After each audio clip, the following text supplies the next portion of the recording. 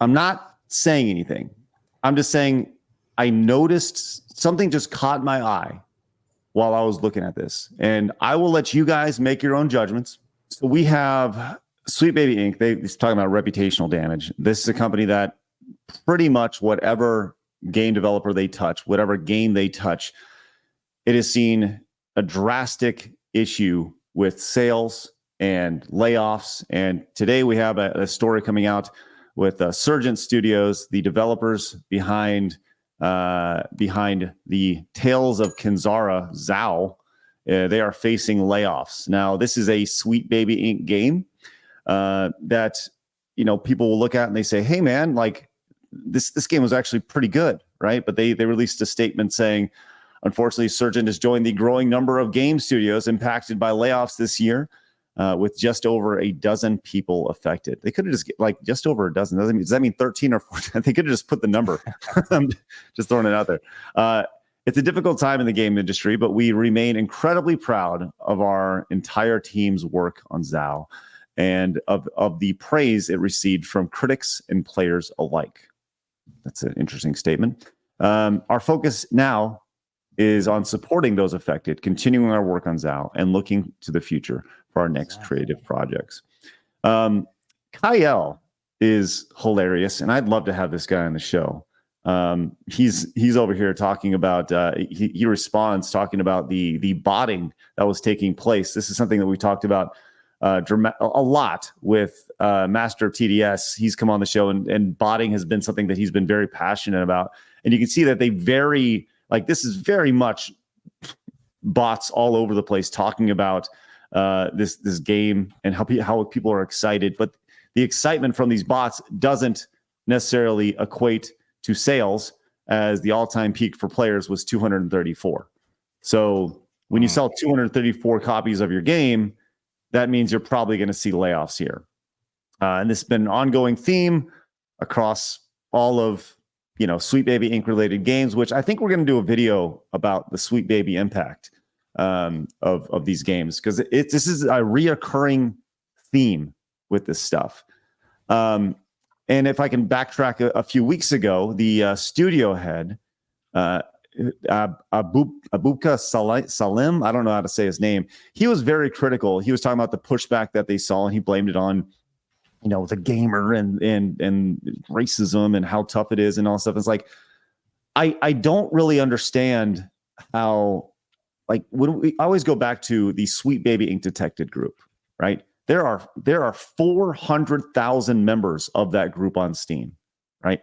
That is 400,000 customers who have no interest in buying your game if you're associated with Sweet Baby Inc., right? And I think this is a great lesson, because here's the reality: is this Zao game actually looks like a pretty decent game from a technical aspect, like running, jumping, moving, the gameplay aspect of it. Now, the story I can't really speak of, but I can talk. I can look at the gameplay of it, and it looks pretty okay. It doesn't look like the 2D Prince of Persia that was released, 6 months or so ago. That was very well received, but it looks like a pretty okay platformer. But the idea that you can still make a good game if you're still associated with Sweet Baby in any way, shape, or form, or have any sort of this DEI stuff, people aren't going to be interested in your game. I think that speaks volumes. The idea that just by association, and rightfully so, because people are done with this stuff. Do y'all have anything on this story at all? Do y'all have any thoughts on the firing of 12-ish people from this company? Not enough. Not enough people. It's like, okay, I see your point. It looks like a fine game, mechanically setting, etc. And it's made using actual African mythology instead of bastardizing ours. It's what I'd like to see. Yeah. But you hired Sweet Baby Inc. It's like Furiosa, Furiosa Saga, the Mad Max Saga video that came out, video movie. It came out for a while ago, right? I finally got to watch it. It's an entirely decent movie, nothing groundbreaking, but it's good enough, right? Nobody went to see it because of the cultural awareness around the girl boss movie. So people looked at it and went, okay, it's Mad Max without Mad Max and a female main character. No. I'm sorry, but we are in a cultural turning point right now. If you make a game with a company that has woke attached to it, you are going to suffer for it. And there are going to be good products that will be sacrificed along the way, but that is simply the price for hammering home the point that no, you cannot associate with these people. They have ruined enough. And by now, mere association is enough for you to be rejected. Mm-hmm. Nerdy Neo says that's not 100% accurate. I do want to play Kanzara once I get it for a deep discount, right? But the point is that you didn't want to pay full price for it, so much to the point to where the company now has to fire 12 people, right? Like, I'll play it, but for $3, or I'll pay it. I'll play it for, whatever, right? There wasn't enough there to bring you in to pay for the whole game. And I understand that. Like I said, it looks fine, but it wasn't there to get you to pay the full sticker price, which would have kept people in. Lady G, do you have anything on this? Okay. I'm Uh-oh, gonna try and like not hardcore this. Have you guys ever heard of the McKinsey consulting firm? No. Fill us in. All right. I'm familiar. Super quick. They are the ones that came out with the study in 2015 that said diversity and equity and gender equality was profitable, and that it was linked between the link was specific between profits and racial and gender diversity and whom you hired and who was sitting in the C-suite and stuff like that. It is since, and that was in 2015. Do you guys, and if you guys remember, 2016 is when we seem to get slammed with this stuff. Had feminism and that messaging and all that stuff's always kind of been in certain properties and sort of been on like the fringes of certain films and IPs. Sure, it was there, but it wasn't the sole focus. After the McKinsey consulting firm released their research, they used it to justify to investment firms, to private investors, to lobbyists, and to lawmakers and regulators that not only was this morally good, but it would be profitable and beneficial for all companies. That's not the case. Recently, I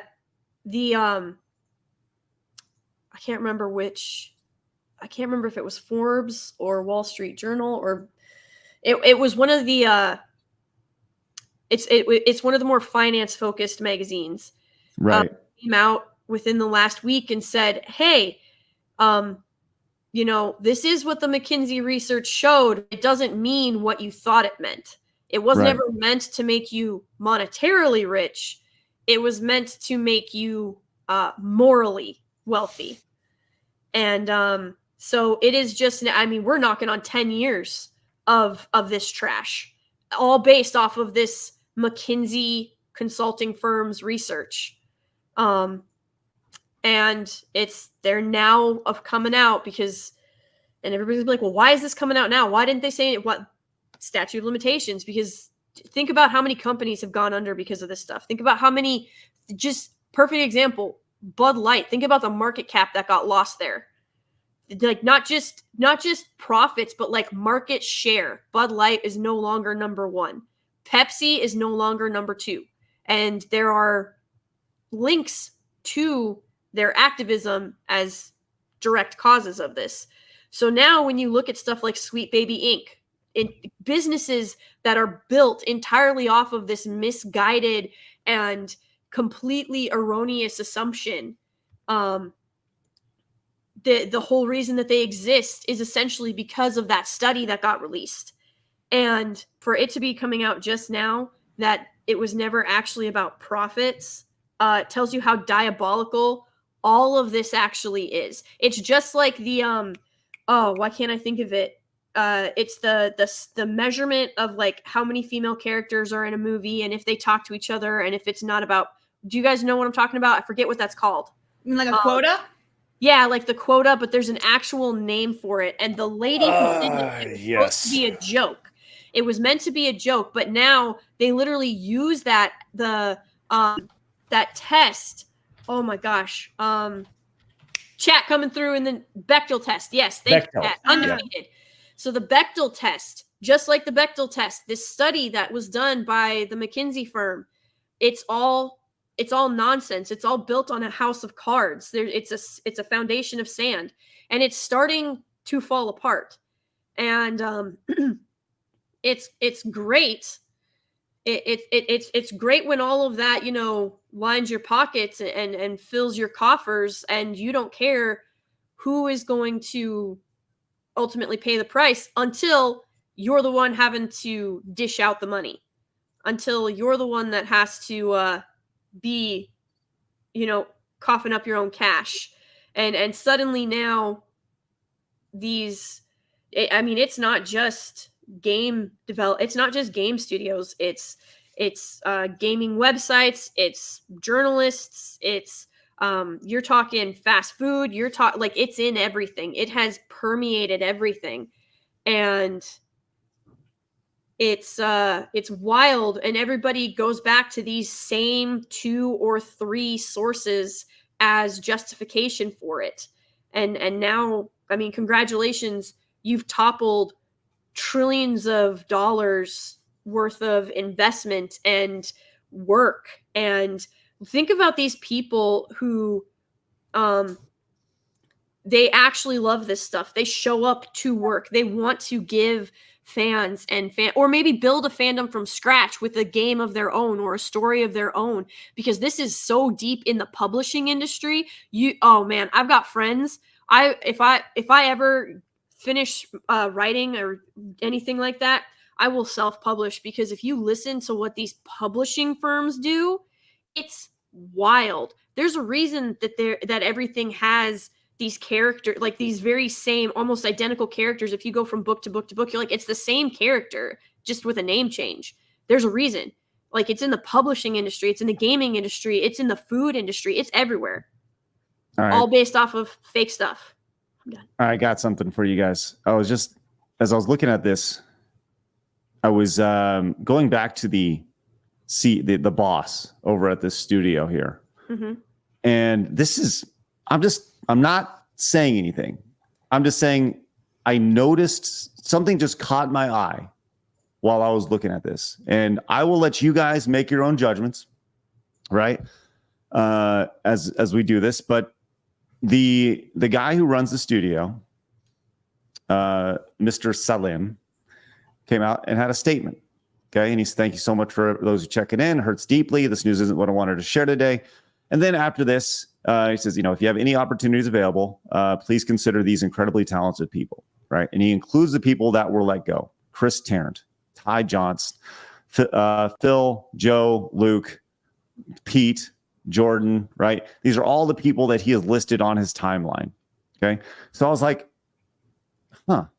okay. So I wanted to see who these people were.